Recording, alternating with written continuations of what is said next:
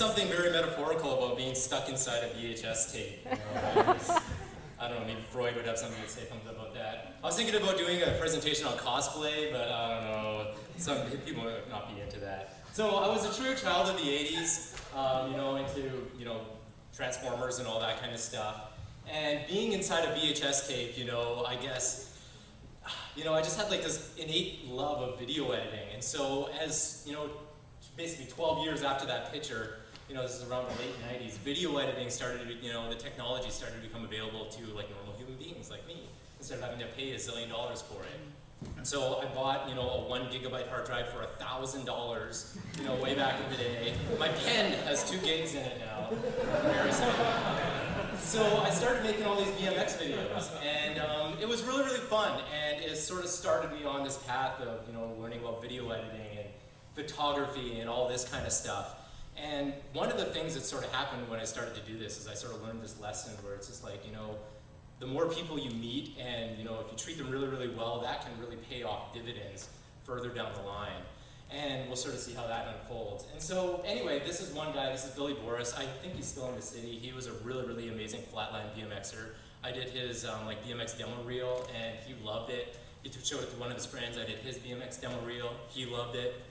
And so eventually I started to like work with photography and play with all this stuff, and I sort of got like a decent body of work, and I was like, well, what can I do with this? Can I get a job? You know, I'm out of high school, don't really know what I want to do. So I applied at A-Channel, and the way I got that was kind of interesting. It's like one of the guys that I was friends with who was a BMXer, his girlfriend was friends with his girlfriend had a brother that was into like graphic design, and he knew this girl that was working at A-Channel that quit, and so like, and she was like, do you know anybody that does this stuff? And I was like, yeah, I know this guy Kurt, he does like BMX stuff, he might be into it. So I applied and I got in. And so A-Channel was great, and so I was there for about a year, and when you're in TV, you do like a massive volume of work because it's just like, you know, shoot it up through a fire hose kind of thing. So eventually I applied to Frantic, and that's when I started working on this kind of stuff. And it's a whole nother ball of wax. This shot here was probably about a month of my life.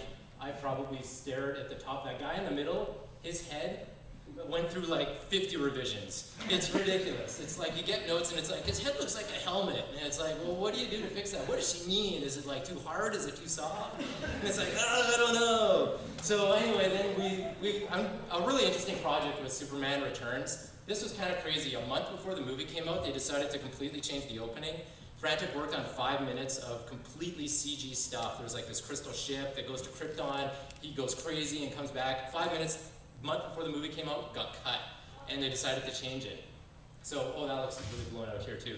But, so we had to do this brand new opening shot in a month, and it went from basically nothing to completion. And it was like, you know, crazy 30-hour days for 7 days a week, and nobody slept. And, you know, it was fun. It was like, it was fun and horrifying at the same time, you know. For trying to maintain like a normal life when you're doing that stuff is very difficult. And so as I was sort of doing all that, I, you know, on the side was trying to do as much photography as I can, just getting back into the, you know, some of the stuff that I really, really enjoyed, you know.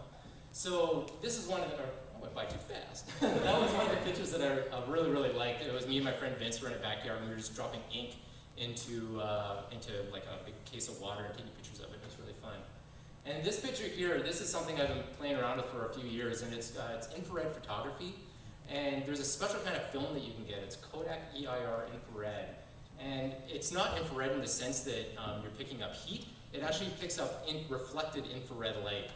And so anything that reflects infrared light in the scene will turn red. And so trees turn red, grass turns red, and skies go this crazy like dark blue color, and it's like super awesome. And you have to shoot it with this, like, you have to shoot it with a manual camera. You have to use like a 35mm SLR. And you can't even buy the film anymore. And so when I heard it was being discontinued, I spent like $400, and I've got like 20 rolls of it in my freezer. And I'm gonna shoot 1 roll a year for 20 years. And hopefully it'll last me.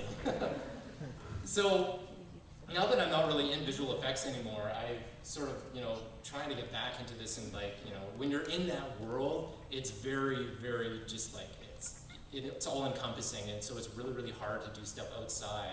You know, you're just tired at the end of the day. So now I'm trying to get back more into that. And I'm trying to take my love of photography and love of visual effects and fuse them in some sort of interesting way. And this is the kind of stuff I'm trying to do now, and this is something I did last year. So it's, you know, taking my sort of like my job in visual effects was as a compositor, and so that's sort of taking a bunch of layers and combining them into like a homogeneous whole.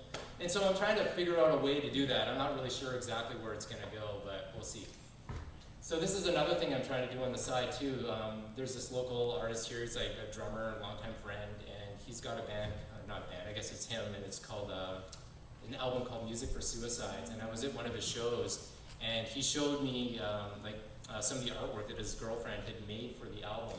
And I was like, wow, that stuff's awesome. And so I'm like, well, I've got free time now. You know, I want to animate this. So she gave me all of her artwork, and so it's the artwork on the bottom there. And unfortunately, we can't really show movies here, but this is like an animation on the top. And so I was looking at this, and I was trying to figure out a really interesting way that I could sort of animate this stuff and bring it to life.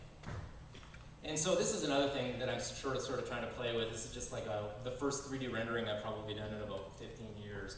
Like, because when I was at Frantic, I was so into compositing and just the 2D side of things that I didn't have a lot of chance to play around with 3D, so I'm trying to get back into that. So eventually there'll be this weird, you know, fusion of like compositing, 3D, and all this interesting stuff, and it just goes and turns into something. We'll see what that is.